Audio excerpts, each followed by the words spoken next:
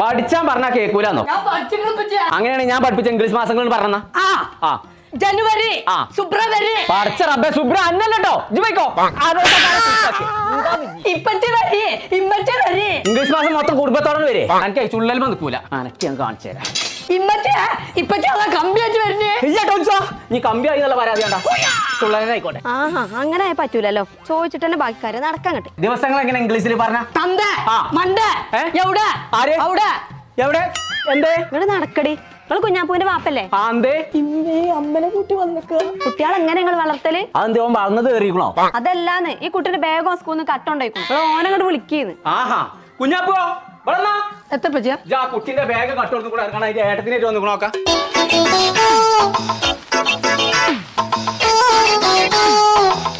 പോയിക്കാണെയാണെന്ന് ഞമ്മളെ അമ്മയാണ്.